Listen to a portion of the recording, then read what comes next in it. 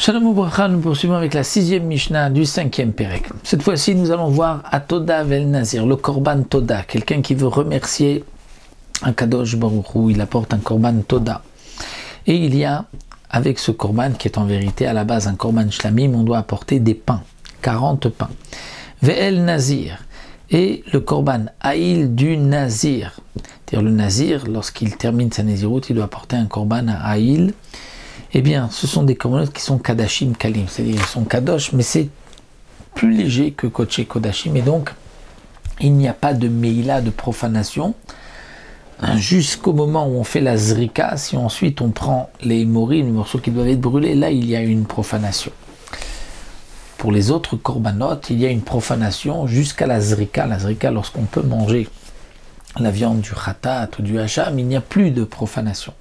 Pour le Korban Shlamim, il n'y a pas de profanation au début, mais après la Zrika, sur les Hémorim qui doivent être brûlés, si on les consomme, il y a une profanation. Donc ici le Tana nous dit, pour Toda el Nazir, Kadashim Kalim, Shritatan bechol makom mazra. Dans les Kadashim Kalim, comme le Korban Shlamim, on peut faire la Shrita dans toute la Hazara, on n'est pas limité au nord. Vedaman taun shtemat noshnarba, et on va asperger le sang. Deux matanot qui font 4, comme le Korban Ola, aux deux angles, nord-est et sud-ouest, on va jeter le sang et ça va toucher les deux côtés.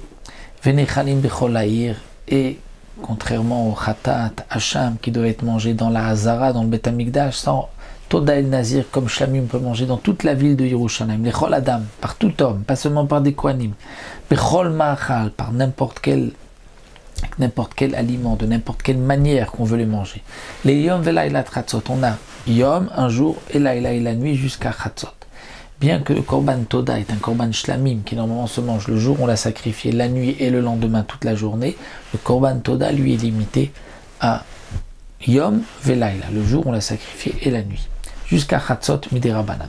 Amura même Kayot Sebaim, ce que l'on va prélever de ces Korbanot auront le même din que ces corbanotes, c'est-à-dire la poitrine et le genou que l'on donne au Kohen comme les autres shlamim. Il y a 4 chalotes du korban Toda sur les 40 qu'il apporte, sur les 40 pains, les 4 espèces.